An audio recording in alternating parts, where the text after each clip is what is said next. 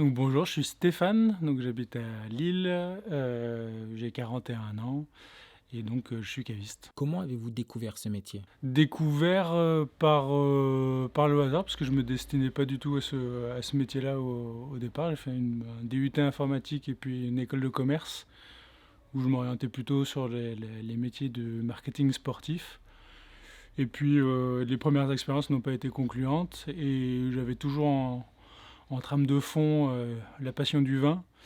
Et donc, j'ai fait pas mal de métiers dans le monde du vin et c'est celui-ci qui m'a le plus attiré. Donc j'ai fait bar à vin, j'ai travaillé dans les vignes, j'ai travaillé dans les chais, donc transformer le raisin en vin, donc dans l'outil de production. Et puis pas mal d'animation aussi, de présentation de bouteilles pour des grandes marques. Et c'est la partie caviste, de savoir de sélectionner des vins ou des spiritueux qui avaient des caractères un peu spécifiques pour le présenter à des personnes, voilà, pour faire découvrir un peu le travail des producteurs. C'était ça qui m'intéressait le plus. Avez-vous eu précédemment des échos positifs ou négatifs de ce métier? Il y a eu les deux facettes, hein. C'est pas qu'un métier facile, passion. Il y a une réalité économique qui est pas si évidente. Euh, mais le côté positif, j'avais du monde dans les connaissances qui étaient cavistes et avec qui j'ai pu travailler d'ailleurs, et qui étaient totalement épanouis et qui faisaient ça depuis un petit moment, quelques dizaines d'années. Donc j'ai vu que ça pouvait être aussi quelque chose d'enrichissant à partir du moment où voilà, c'est un métier où il faut s'impliquer, c'est d'être commerçant, donc c'est-à-dire travailler les week-ends, c'est-à-dire s'adapter aux personnes qui viennent, c'est-à-dire d'être serviable, accueillant. Ouais, il y a plein de facettes, hein, dans ce métier-là, mais voilà, le pour et le contre, et puis je pense que ça correspond à une personnalité ou pas. Donc moi, en tout cas, j'ai trouvé ma voie avec ce métier, quoi. Quel est le parcours scolaire qui vous a permis d'accéder à ce métier? Parcours scolaire, comme je le disais juste avant, il a pas été linéaire, parce que je prenais une voie qui était complètement différente. Je parlais du DET informatique, et, c'est loin du monde du vin, mais pendant ce DUT informatique, j'ai eu une, une phase où il fallait réaliser un projet, et puis moi j'ai fait un CD-ROM sur le vin. Euh, voilà, pour illustrer, j'allais aussi un petit peu voir les vignerons. C'était ça qui m'intéressait. Après, j'ai choisi une école de commerce, après le DUT informatique, et j'ai hésité entre deux écoles. Une école que j'ai choisie qui était autour du marketing sportif, et il y en avait une autre qui était autour de l'œnologie. Donc le monde du vin était là, mais j'ai pas choisi le monde du vin. Donc j'ai commencé ma carrière professionnelle loin de ce monde-là, mais comme ça ne se passait pas comme je le voulais, au moment où il a fallu prendre le temps de se poser les bonnes questions, savoir pourquoi le métier que je faisais, alors qu'il était très bien payé, qu'il me faisait voyager, enfin, j'avais beaucoup de choses qui étaient très positives, mais j'en tirais pas satisfaction, je me suis posé des questions sur qu'est-ce que je voulais faire vraiment. Et donc du coup, on revient un petit peu en arrière sur les choix qu'on a fait dans sa vie. Et je me suis dit que je tournais depuis un petit moment autour du sujet, du monde du vin, et qu'il fallait que je me lance vraiment. Donc j'ai décidé de partir du côté de Bordeaux pour commencer, parce que c'était la région que je connaissais le mieux pour le vin, puisque c'est ce qu'on avait à la maison. Et donc on parti à Bordeaux, fait des vinifications. Donc vinification, c'est toutes les étapes de transformation du raisin. Donc après les vendanges, je faisais pas les vendanges, mais on réceptionnait le raisin et puis il fallait le transformer en vin. Donc là j'étais voilà, dans un grand domaine bordelais, grand château bordelais. Après j'ai été caviste pendant les périodes de fête. Il y a toujours un peu plus de travail à ce moment-là, et c'est vraiment cette expérience-là qui a duré 2 mois, qui m'a convaincu de continuer dans ce milieu-là, que c'était cet aspect-là qui m'intéressait, le côté caviste, boutique, réceptionner, conseiller des gens, les rencontres humaines qui étaient intéressantes aussi. Mais je voulais continuer à avoir d'autres facettes, donc là, c'est là où j'ai commencé à travailler dans des bars à vin, donc j'étais du côté de Paris à ce moment-là. Bar à vin, donc la contrainte horaire qui était présente, que je voulais pas assumer, donc j'ai éliminé cette partie-là, et puis après donc j'ai fait pas mal d'animations. Donc on se rend chez des cavistes ou dans des grands groupes et on présente 2, 3, 4 bouteilles. On les fait déguster, on explique un petit peu comment c'est fait, par qui, où. Et donc ça, je trouvais ça intéressant, mais on pouvait le faire, je me suis rendu compte qu'on pouvait le faire aussi au sein d'une boutique. Donc c'est ce qu'on fait ici, on fait pas mal de soirées de dégustation pour expliquer un petit peu ce qui se cache derrière la bouteille. Et puis voilà, un tour de France, j'ai voulu, puisqu'on parle du parcours scolaire, j'ai voulu valider, parce qu'il n'y a rien de scolaire, je dis, là, pour l'instant c'est que des expériences. Il existe une école qui forme des cavistes dans la région nantaise, il y en a une. Et moi, j'ai fait une formation qui est située dans la Drôme provençale, donc dans la région des Côtes-du-Rhône, hein, et qui s'appelle une formation de sommelier conseil caviste. Ça a duré 6 mois et là, ça a été vraiment fantastique, puisqu'on découvre, on déguste beaucoup, donc on a beaucoup appris là-dessus, et puis rencontré aussi des personnes qui avaient la même envie que moi. Et alors que beaucoup de personnes de cette formation choisissaient le monde de la restauration pour faire des stages, moi j'ai voulu voir une autre facette encore, qui était le monde de la production, donc travailler dans les vignes, donc de travailler la terre, et puis de nouveau un peu continuer le processus avec quelques vendanges et vinifications. Là, c'était du côté de Perpignan. Donc un parcours un petit peu. Donc j'ai eu un diplôme de sommelier conseil caviste pour finir, mais qui est plus destiné à des reconversions professionnelles qu'un étudiant pur et dur, quoi. En tout cas, pour le métier de caviste, vraiment, il n'y a pas de formation. N'importe qui peut décider du jour au lendemain de monter sa boutique et de dire, ben voilà, je vais être caviste. Après, connaître un petit tour d'horizon, il y a quand même quelques centaines, mais c'est petit hein, ici, hein, c'est pas, on est une petite cave indépendante de quartier. Euh, il y a il y a beaucoup à connaître. Chaque bouteille est différente, donc si on n'a pas quelque chose en soi qui nous anime, bah on va rien, il faut transmettre. Voilà une passion, une envie, une découverte, une rencontre, un vigneron, une façon de travailler. Voilà, ça s'apprend pas à l'école. Ça s'apprend pas à l'école et c'est vraiment quelque chose qui vient de soi-même. Et donc du coup, là-dessus, il y a la validation d'un parcours par un diplôme, ce que j'ai fait, ce que j'ai voulu avoir, pour me rassurer, en me disant, si ça fonctionne pas, au moins j'aurai ça sur mon CV.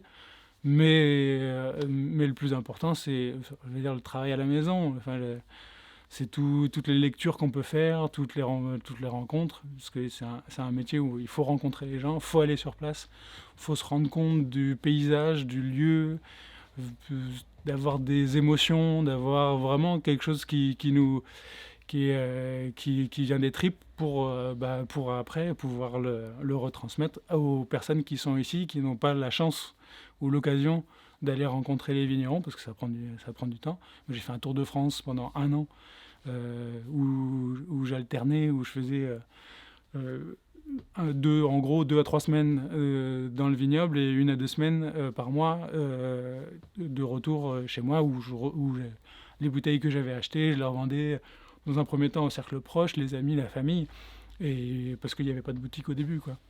Mais voilà, il n'y a pas de parcours spécifique. On est trois ici, on a 3 parcours complètement différents. Et la dernière personne qui nous a rejoint il y a 1 an, c'est un copain d'enfance qui n'est pas du tout issu du milieu, mais qui nous apporte un œil nouveau et qui s'intéresse, qui se forme au jour le jour sur le métier, sur les bouteilles, il y a vraiment comme je dis, il y a pas de profil type, quoi.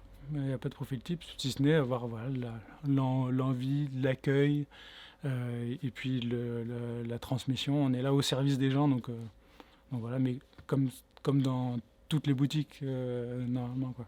Selon vous, est-il facile de trouver un poste similaire? Oui, il y a des offres d'emploi, voilà. Il y a des offres d'emploi. Bon, encore une fois, les cavistes, c'est beaucoup d'indépendants. Nous, ça fait 8 ans qu'on est ici à Lille. On a tout monté. On était à deux. Donc là, on a créé notre emploi. Maintenant, je disais tout à l'heure, il y a des périodes fastes dans ce métier qui sont les périodes de fête, Noël et même le jour de l'an, où là, il y a une activité qui est très importante, où on peut trouver des stages ou des CDD d'un mois, un mois ou 2 mois, pour pouvoir se former, en tout cas un peu tâter le terrain, voir si ça nous plaît.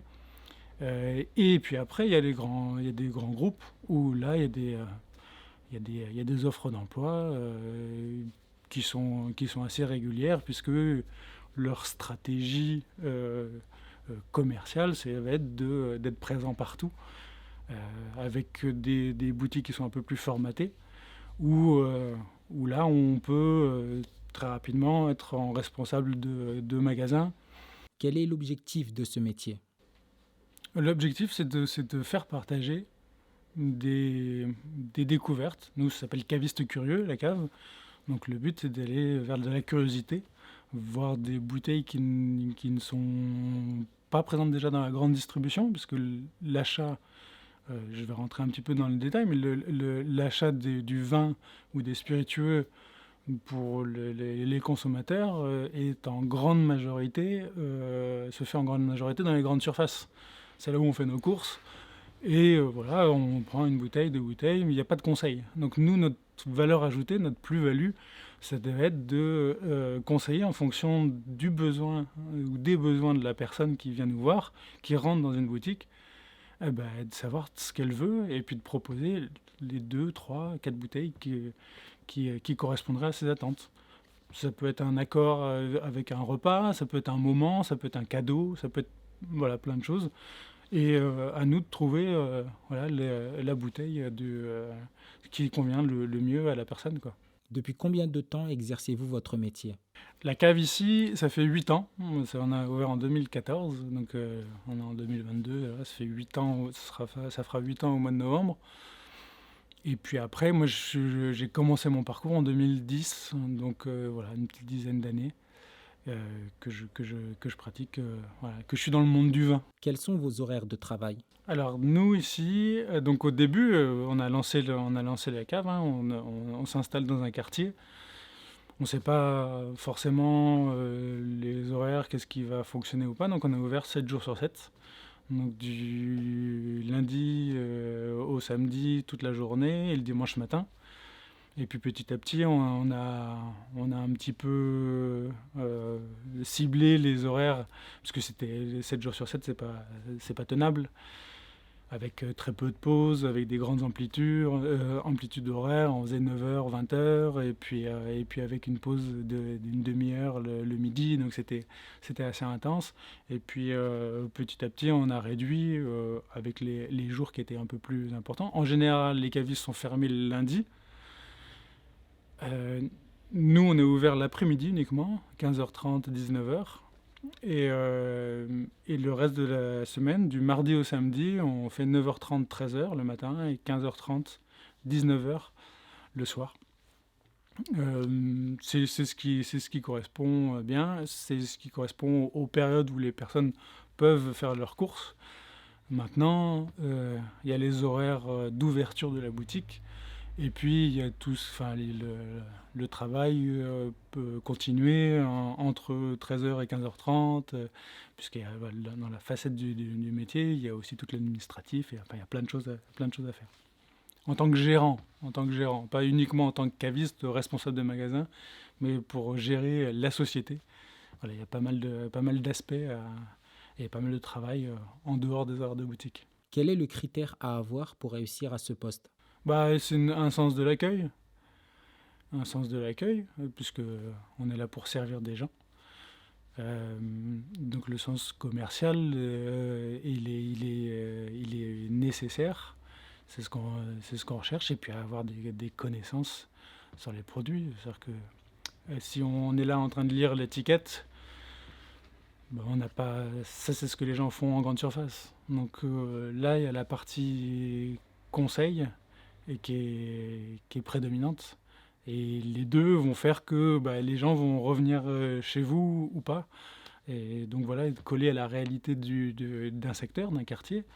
Euh, si on est caviste, je- pour donner suivant le lieu où on se trouve, on va pas vendre forcément les mêmes bouteilles. Nous, on se veut caviste accessible, populaire.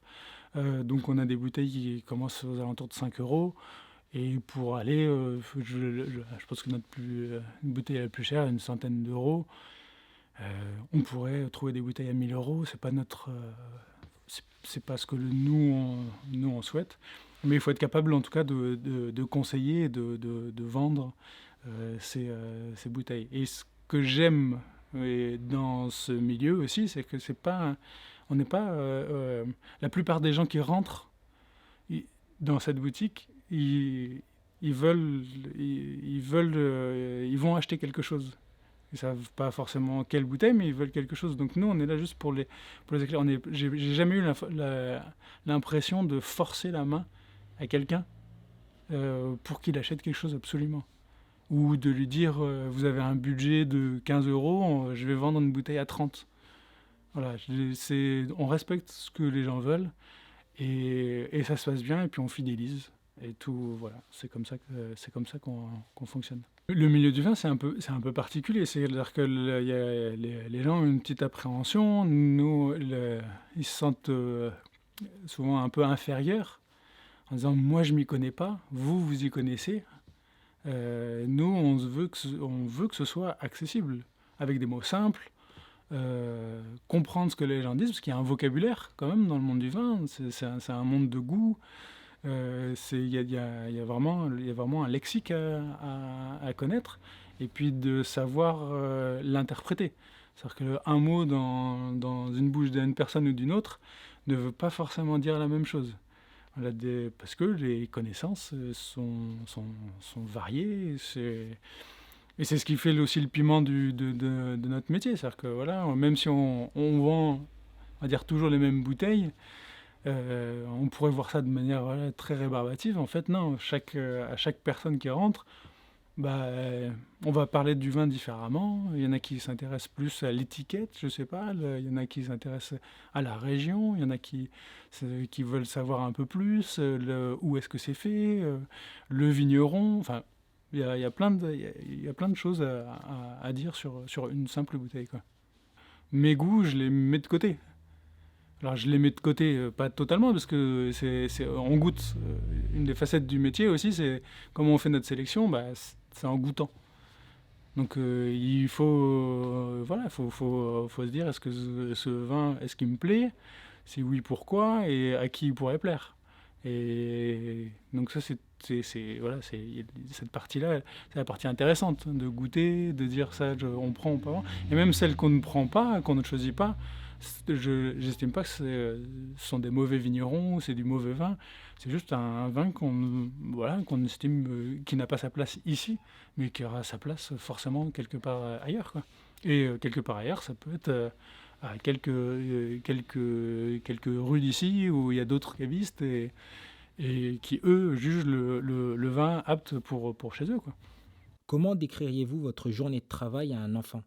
Alors, pour décrire la journée de travail à un enfant, je dirais que euh, quand on arrive ici dans notre lieu de travail, donc c'est un magasin qui propose, voilà, où il y a plein de bouteilles.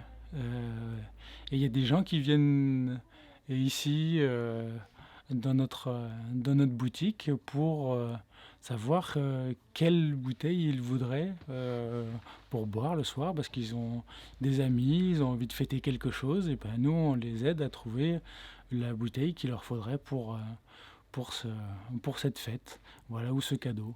Donc voilà, c'est un métier qui est assez festif finalement.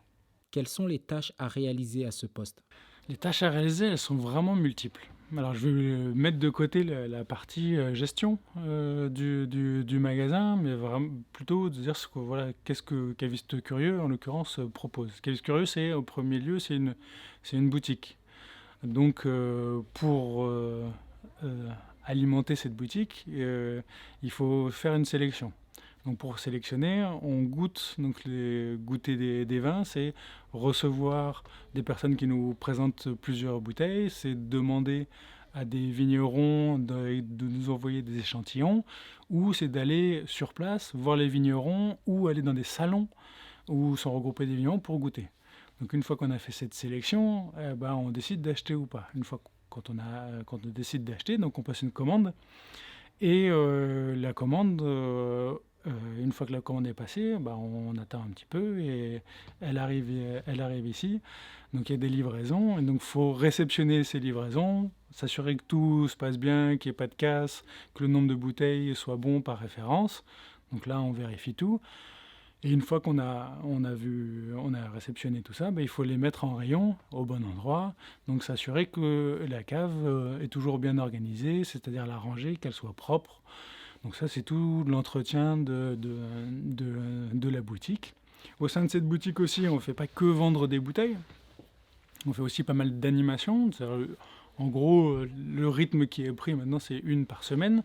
Donc les jeudis soirs, on a ce qu'on appelle nous des instants dégustation, où on alterne entre des spiritueux et des vins, des soirées thématiques, où les gens viennent, s'installent, on limite, donc c'est des événements qui sont payants, où on décide de prendre six références qu'on explique, qu'on accompagne de planches apéritives pour que ce soit accueillant et que ce soit de manière décontractée. On veut rester fidèle à notre volonté d'être, voilà, de se rendre compte que le vin est un milieu accessible et qu'on utilise des mots aussi assez simples. Donc c'est d'animer aussi toutes ces soirées de dégustation. Ce soir, on en a une qui va être autour du gin. Bah, voilà, là aussi, il a fallu passer des commandes. Il va y avoir une préparation de la boutique pour cet événement spécifique. Et le lendemain, c'est de tout remettre en place pour que ça redevienne une boutique normale. En plus de la boutique physique, il y a la boutique virtuelle, le site internet. Et là aussi, ça demande de prendre des photos des bouteilles, de faire des descriptifs, d'animer aussi ce site. Donc c'est un site qui présente la boutique, mais aussi qui fait de la vente en ligne. Donc là aussi, une fois que les personnes ont acheté, bah, c'est préparation de commandes, suivi quand on doit faire des expéditions, des envois. Donc c'est une autre facette, c'est une deuxième boutique. Nous, on le considère comme ça. On a notre deuxième boutique, c'est la boutique en ligne. Donc le site, ça demande pas mal de travail aussi. Je pense avoir tout dit voilà, les aspects de la cave. À quoi ressemble votre journée type? La journée type, une fois qu'on a ouvert les rideaux, et ben, de manière la plus simple, déjà c'est de mettre en place, c'est-à-dire ouvrir la caisse, voilà, faire un petit peu allumer l'ordinateur pour que tout soit OK, pour que regarder si les rayons sont bien, s'il ne manque pas des cartons, donc faire des réassorts, voilà, faire que la boutique soit présentable. Numéro 1. Numéro 2, on travaille aussi avec beaucoup de restaurants. C'est ce que je n'ai pas dit juste avant, mais c'est un petit peu, ça change pas grand-chose. Mais donc traiter les ventes en ligne ou les commandes de restaurants, mettre de côté les bouteilles pour que tout soit OK. bien sûr, l'accueil des gens quand les gens arrivent. Ça peut être des réceptions de commandes. Il y en a quand même, c'est pas quotidien, mais c'est quand même hebdomadaire. On a au moins deux jours par semaine, deux matinées par semaine, c'est en général c'est le matin, où il y a cet aspect de manutention, livraison, rangement. En général, le matin, il y a un peu moins de monde. Il y a moins de gens qui viennent acheter du vin le matin. Mais donc voilà, c'est plus tous les aspects de préparation qui sont là le matin et passer des commandes s'il faut en passer. Et l'après-midi, on est plus dans l'accueil des gens et puis la vente de vin ou de spiritueux, quoi. Quelles sont les difficultés que vous pouvez rencontrer à ce poste? Hum, Alors, à titre personnel, hein, c'est mon expérience. Mon expérience, le plus compliqué que l'on ait eu, la période de choses la plus compliquée qu'on a eu à affronter, c'était de trouver le local. Puisqu'on était de monter la cave, je savais avec qui le faire, je voulais pas être seul. Donc j'avais mon associé qui était là. On a su assez rapidement où, dans quelle ville le faire. Donc ici à Lille, alors qu'on n'est pas originaire d'ici, hein, c'était un choix. Donc on, on voulait pas une région viticole qui soit plus ouverte d'esprit. Et puis, oui, parce qu'en général, dans les régions viticoles, si on est à Bordeaux, essentiellement du Bordeaux, voilà, nous on voulait quelque chose d'assez ouvert. Et Lille, il n'y a pas de vigne, c'est plus une ville de bière. Donc là, il y avait un champ des possibles qui était plus important, et puis en même temps, on n'était pas loin de nos familles. Bref, il y avait plein de facteurs personnels qui font qu'on ait choisi cette ville. Et de trouver le local, quel quartier, où situer, le bon, ça a été le plus compliqué. Au niveau financier, on n'a pas pris de risque, on n'a pas pris de gros risques, mais ça demande quand même, voilà, un petit peu d'argent. Et faut avoir les banques qui suivent, etc., monter un dossier. Mais ça n'a pas été, compliqué pour nous. Et on n'a même pas fait appel aux banques, on a fait en fonds propres. On est parti. Au début, il y avait 20 bouteilles. Donc la boutique ne ressemblait pas à ce qu'elle est devenue aujourd'hui, quoi. C'est le principal. Puis après, franchement, nous, on a été je veux dire, super chanceux. En tout cas, on s'est très vite inscrit dans un quartier. Et le bouche à oreille a fait que ça s'est développé naturellement. Et puis, on n'a jamais cherché à. On travaille avec pas mal de bars et de restaurants. On n'a fait aucun démarchage auprès de ces personnes-là. C'est elles qui sont venues petit à petit.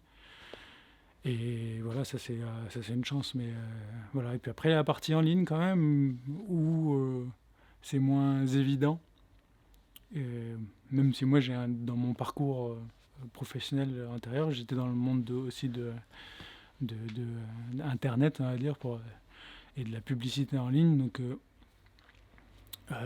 c'était un monde qui n'était pas totalement étranger, quoi. Mais pour moi, c'est essentiel d'avoir un site. Enfin, voilà. Je ne comprends pas qu'on puisse avoir une activité sans avoir un site. Voilà. Et un site commerçant. Donc c'est ce que. Mais là, ça demande aussi d'autres sources. Qu'est-ce qui a été un peu plus compliqué? Alors, je parle peut-être pas pour moi, mais peut-être pour mon associé. Il faut communiquer et se développer. Enfin, Facebook, Instagram, une communauté en ligne aussi. Et ça, c'était pas naturel.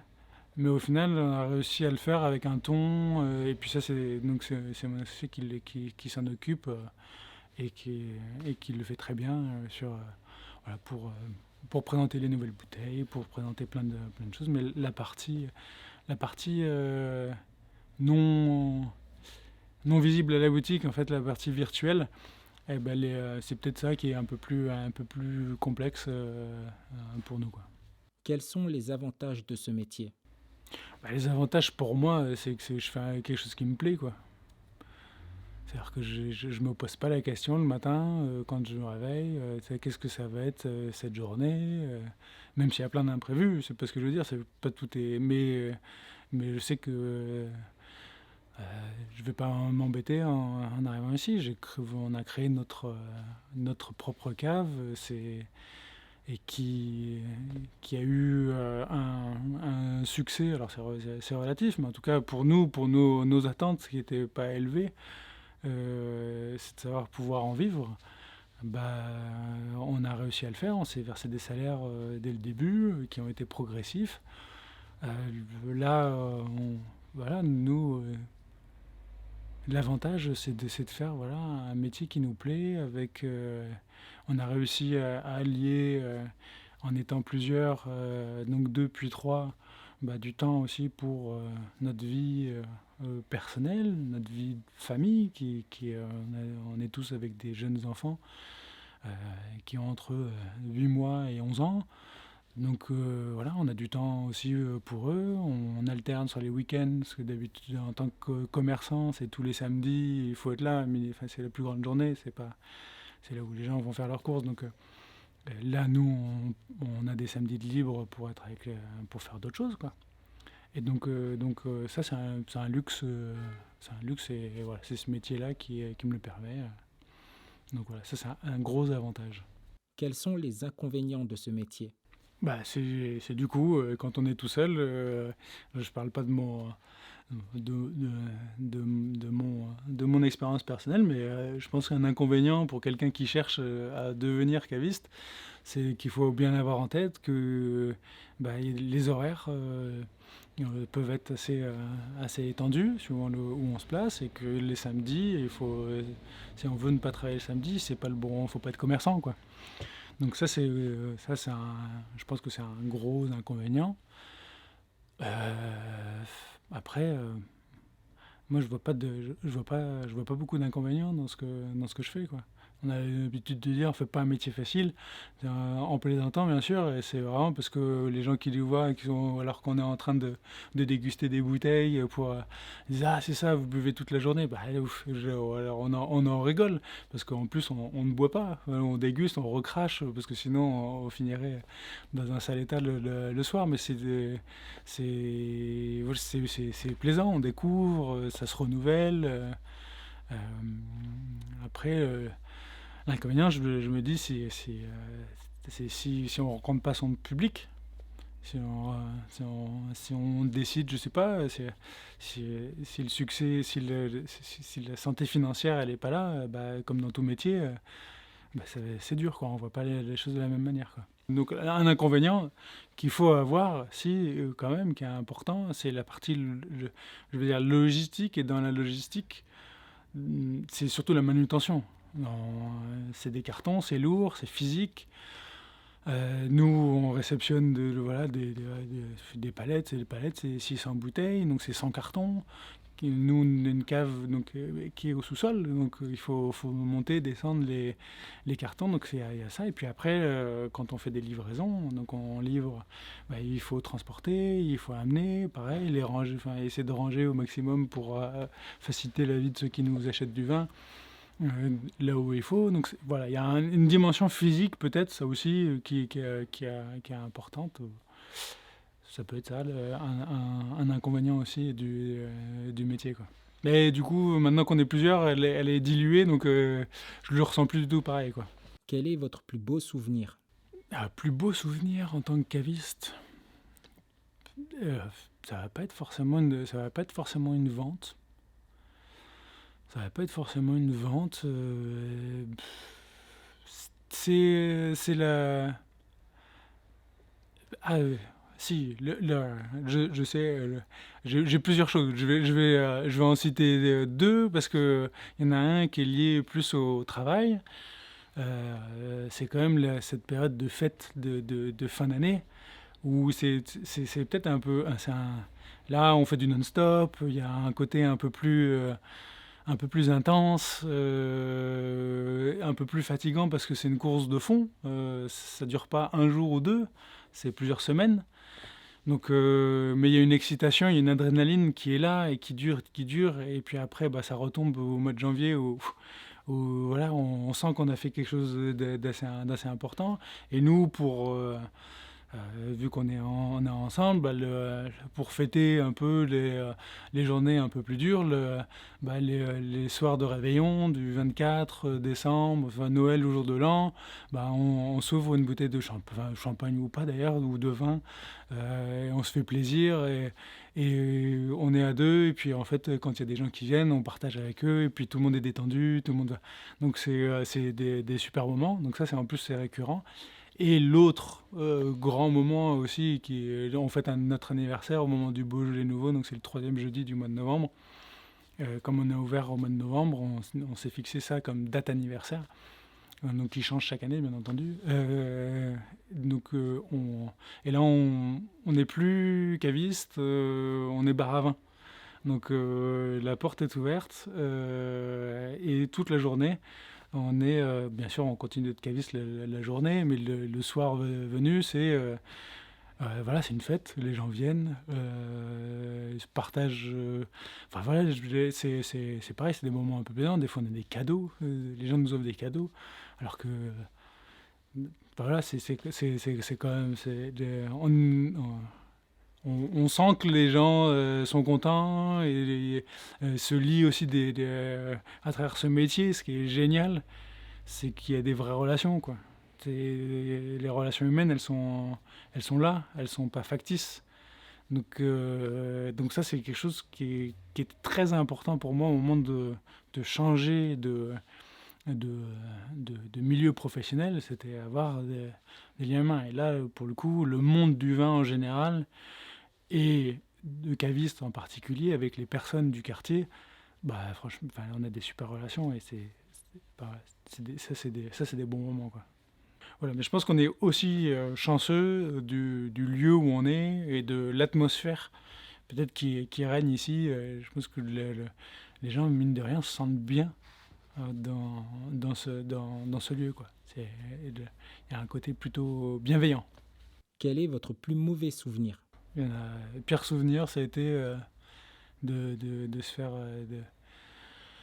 d'avoir eu une manifestation et échauffourée devant la cave. C'était la semaine précédant Noël, donc important. Et une personne de la manifestation a été prise à partie et s'est réfugiée à la cave. Et donc nous, il a fallu qu'on fasse barrage pour pas que les gens envahissent. Quand la personne est venue, ils l'ont poussée et ça a cassé une vitre. Il a fallu qu'on ferme les vitres parce que c'était vraiment tendu juste devant la cave avec les gens. Ils voulaient passer à tabac la personne qui était là. Et donc elle a trouvé refuge ici, mais on a dû séquestrer en fait des clients et cette personne-là, le temps que ça se calme. Et ouais, voilà, c'est un souvenir horrible parce qu'on ne demande rien et on est là et et qu'on n'a pas compris cette violence et puis c'est une manifestation contre les violences en plus. Donc tu te dis mais pourquoi, enfin voilà, faut pas faire aux autres ce que t'as pas envie qu'on te fasse, quoi. Donc voilà, il y avait eu cet événement-là, et puis à cette période-là, comme je disais, qui est assez intense, de devoir, je revois les personnes qui étaient ici. C'est pareil, ça s'est vite aussi détendu parce que bah, on a déjà rassuré la personne qui était ici, qui était pris à tabac. On l'a rassuré, détendez-vous, tout va bien se passer. Et puis les clientes qui étaient là, bah, bon, on a bu un verre avec elles, et puis voilà, c'est pareil, ça a vite basculé dans le bon côté, quoi. Mais après, il a fallu gérer un peu plus les conséquences de tout ça, une vitre cassée, les assurances, tout ça. Voilà, c'est pas ça, et puis quelques vols qui peuvent se passer. Et, et voilà, on le sait enfin, souvent après coup. Et voilà, j'en garde pas de bons souvenirs. Quel est le salaire à ce poste? Alors en tant que caviste, pareil, là aussi, je vais faire abstrait de ma fonction de gérant, parce elle est un peu plus particulière. Mais on va donner une tranche, c'est entre 1500, ou je pense au plus bas, et 2500 au plus haut pour dire on s'occupe d'un magasin suivant l'importance qu'il peut avoir en termes de superficie et de responsabilité, combien on est, si on est chef d'équipe ou pas. Mais voilà, donc c'est encore une fois, c'est salaire qui est enfin, pour nous, on a réussi à passer ces échelons. Donc, on est passé de 2005 à 2005 en 8 ans. Je pense qu'il y a encore des progressions à avoir. Nous, on a fait un choix de dire on embauche une personne supplémentaire. Mais ça peut être plus lucratif. Ouais, ce que je veux dire, c'est que ça peut être encore plus lucratif si on décide de dire bah, on a une boutique, on en ouvre une deuxième, une troisième, et on a un réseau. Voilà, ça peut être plus important. Enfin, il n'y a pas de limite en fait. C'est comme dans tous les métiers, on peut devenir très riche, millionnaire en étant caviste. C'est possible. Maintenant, je pense que pour atteindre ces niveaux-là, c'est qu'on n'est plus présent, mais qu'on gère un groupe de cavistes. Et puis voilà, il n'y a pas de limite. Et puis on peut être caviste avec des produits de luxe. Parce que le vin, ça peut être aussi un produit de luxe comme un produit de tous les jours, de consommation de tous les jours. Donc ça dépend quelle cible on a. Et voilà, donc la question du salaire, elle est vraiment relative à son ambition aussi personnelle. Mais pour commencer, je dirais 1800, ça peut être une bonne moyenne. Quels sont les débouchés possibles de ce métier? C'est un débouché en soi, de caviste. Être caviste, d'évolution d'évolution si on est employé d'une cave, c'est de monter sa propre cave. Ça c'est, je dirais, la chose la plus évidente, dans la continuité. On a vu comment ça fonctionnait au sein d'une cave, et ben, on essaie de reproduire ça ailleurs, bien sûr, ou alors de reprendre la cave dans laquelle on est. C'est-à-dire que si le gérant décide de s'en aller, de s'arrêter, retraite ou quoi que ce soit, et ben là on redevient. Donc ça c'est une évolution. Après c'est tous les métiers euh, d'être caviste. Il y en a qui deviennent vignerons. Ils aiment tellement ça, cette partie-là, la partie, on va dire, fabrication, qu'il y a un appel de la terre, on est dans les vignes à 100%, ça peut être une chose. Il y en a d'autres, c'est la gastronomie. Donc ça peut être plus vers la restauration, de devenir sommelier, au lieu de conseiller des gens qui viennent ici dans une boutique, on conseille des gens qui viennent manger, donc des clients qui on essaie de trouver le bon accord, mais et vin. Donc ça peut être voilà, ça peut être des débouchés comme ça que- qui me viennent à l'esprit, mais dans la continuité de- du, du monde dans lequel, du milieu dans lequel on travaille, c'est-à-dire le milieu du vigneron. Après, pour tout ce qui est spiritueux, c'est tout le monde de la mixologie, les cocktails, le bar. Là, c'est en train d'exploser ce milieu-là, et c'est sûr que si on est bon, si on est bon barman, ça peut être aussi des super débouchés, quoi. Parce qu'on connaît les produits, et puis après, il faut savoir les assembler. Voilà, ça peut être une possibilité. Il y a un milieu professionnel, c'est un microcosme, et puis après, voilà, on peut naviguer. Ce que je dis, moi j'ai fait bar à vin, j'ai fait des animations, j'ai fait plein de choses avant de choisir, mais j'étais toujours dans le monde du vin. Voilà. Le mot concernant, c'est le monde du vin, parce que surtout du vin, et j'ai moins le réflexe spiritueux, parce que Pareil, c'est mon associé qui s'occupe plus des spiritueux. Et moi, je me suis un peu plus spécialisé dans le monde du vin. Mais c'est pareil, je prends plaisir à déguster les spiritueux aussi. C'est un autre monde, c'est d'autres saveurs. Là, on est dans le monde de la dégustation. Donc, potentiellement, il y a plein de choses qui peuvent être intéressantes, hein. Euh, c'est pareil, si on a un bon palais, on peut aller, je sais pas, pour des cafés. Le monde des cafés aussi, c'est hallucinant, toutes les saveurs qu'il peut y avoir, le thé, avec tous les cérémonials qu'il peut y avoir autour du service. Bref, il y a plein de choses qui peuvent être faites autour du goût, de la saveur, voilà, de la production, comment c'est fait. Il y a il y a plein de débouchés, ouais. Quels sont vos rapports avec vos collègues? C'est des amis. Ce sont des amis, donc les rapports sont bons. On s'entend très bien ici. Il y a, enfin, voilà, c'est pareil, c'est un peu particulier, hein. C'est pas la même chose partout, mais en tout cas, nous, on a fait ce choix-là d'être ensemble. C'est pas forcément un choix évident, parce que il y a forcément des moments de tension, mais, euh, mais voilà, nous, le- mon associé, c'est le parrain de mon fils, enfin, ses parents sont mon parrain et ma marraine, c'est la famille, on se connaît depuis qu'on est né, donc voilà, et on se connaîtra après l'aventure d'ici, et on continuera de se fréquenter, donc voilà.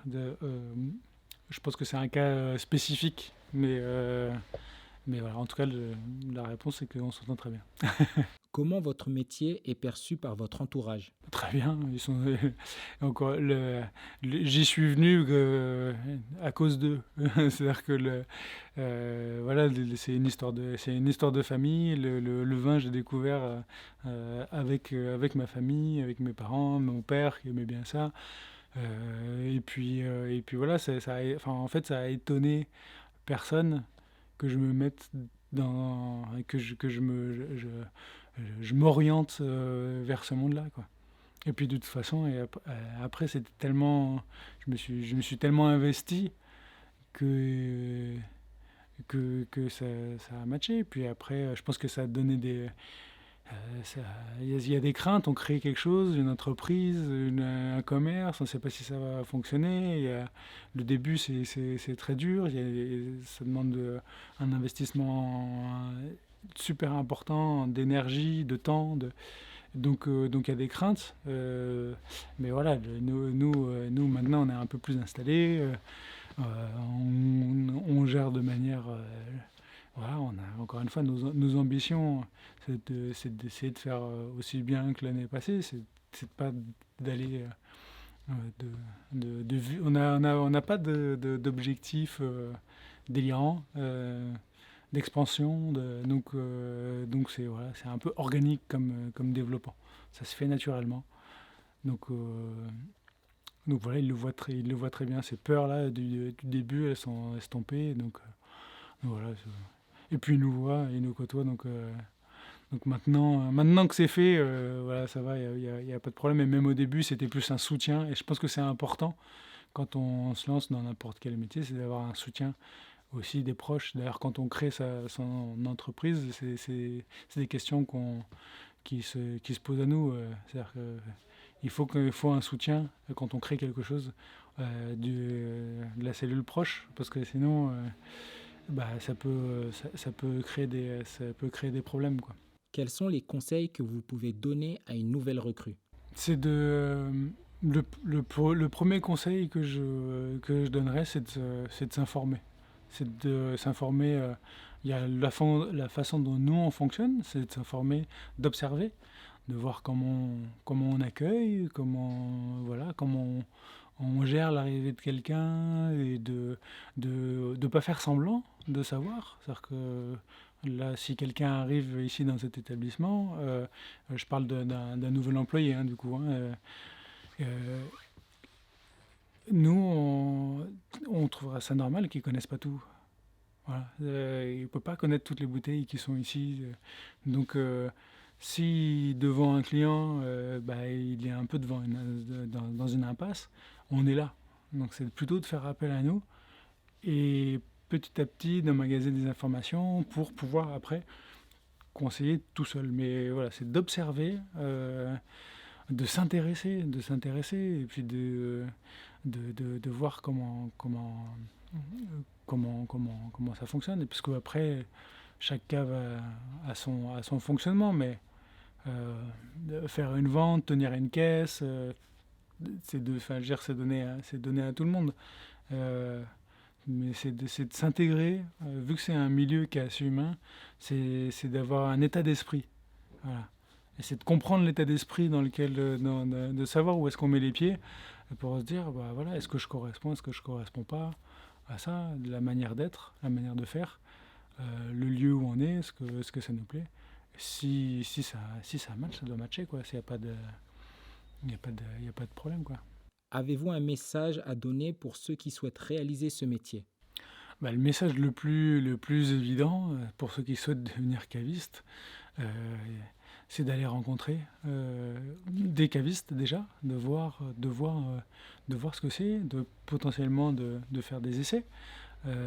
J'en parlais plus tôt dans l'interview, c'est de profiter des moments clés, c'est-à-dire les fêtes de fin d'année pour tester si c'est fait pour vous ou non. Et puis après, vient aussi tout le travail qu'il y a à faire en amont, c'est de connaître, savoir comment on fait du vin ou des spiritueux.